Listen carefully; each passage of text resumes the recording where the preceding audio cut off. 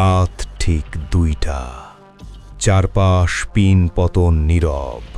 হঠাৎ জানালার ওপাশ থেকে ভেসে এলো খুব পরিচিত একটা কণ্ঠ। কেউ আপনার নাম ধরে ডাকছে। অনামিকা, অনামিকা, এসো, বাইরে এসো। গলার স্বরটা ঠিক খুব কাছের কোনো মানুষের মতো। আপনি কি করবেন? ঘর থেকে বেরোবেন নাকি চাদর মুড়ি দিয়ে ঘামতে থাকবেন আতঙ্কে? বাংলার লোককথায় এই ডাকের নাম নিশি ডাক। এটি কেবল একটি গল্প নয়, বরং প্রজন্ম থেকে প্রজন্মান্তরে চলে আসা এক রক্তহিম করা আতঙ্ক। আজ আমরা খুঁজব এই রহস্যের উৎস। এটি কি নিছকই মনের ভুল, নাকি এর পেছনে লুকিয়ে আছে কোনো অলৌকিক শক্তি? লোককাহিনী অনুযায়ী নিশি কোনো সাধারণ আত্মা নয়। এটি মূলত একা থাকা মানুষকে লক্ষ্য করে।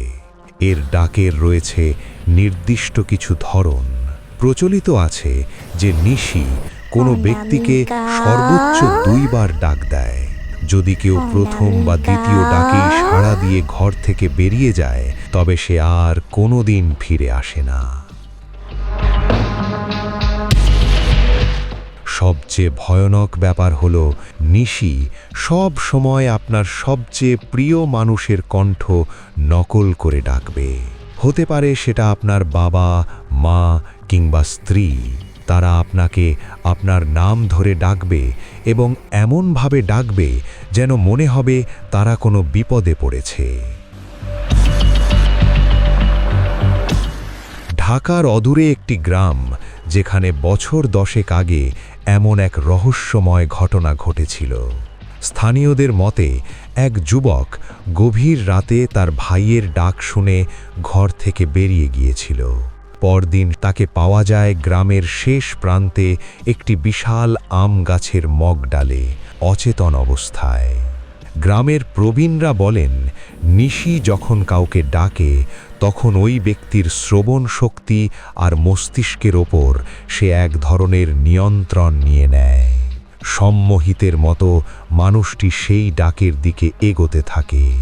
লোকালয় ছাড়িয়ে নির্জন কোনো বিল বা বনের গভীরে নিয়ে যাওয়াই হলো এর উদ্দেশ্য। কিন্তু বিজ্ঞান কি বলে?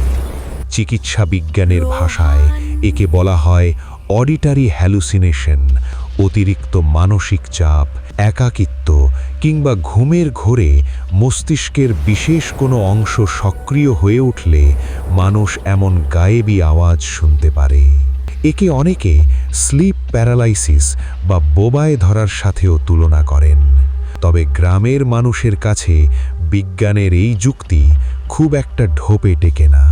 তাদের প্রশ্ন, যদি এটা মনের ভুলই হয়, তবে কেন নিখোঁজ হওয়া মানুষগুলোকে দুর্গম জায়গায় পাওয়া যায়? কেন তাদের চোখে মুখে থাকে চরম আতঙ্কের ছাপ? নিশি ডাক সত্য হোক বা মিথ্যা, এটি আমাদের সংস্কৃতির এক অবিচ্ছেদ্য অংশ। লোকজ বিশ্বাস মতে এই বিপদ থেকে বাঁচার উপায় হল, রাতে কেউ নাম ধরে ডাকলে অন্তত 3 বার নিশ্চিত না হয়ে ঘর থেকে বের না হওয়া। কারণ নিশি নাকি কখনোই 2 বারের বেশি ডাকে না।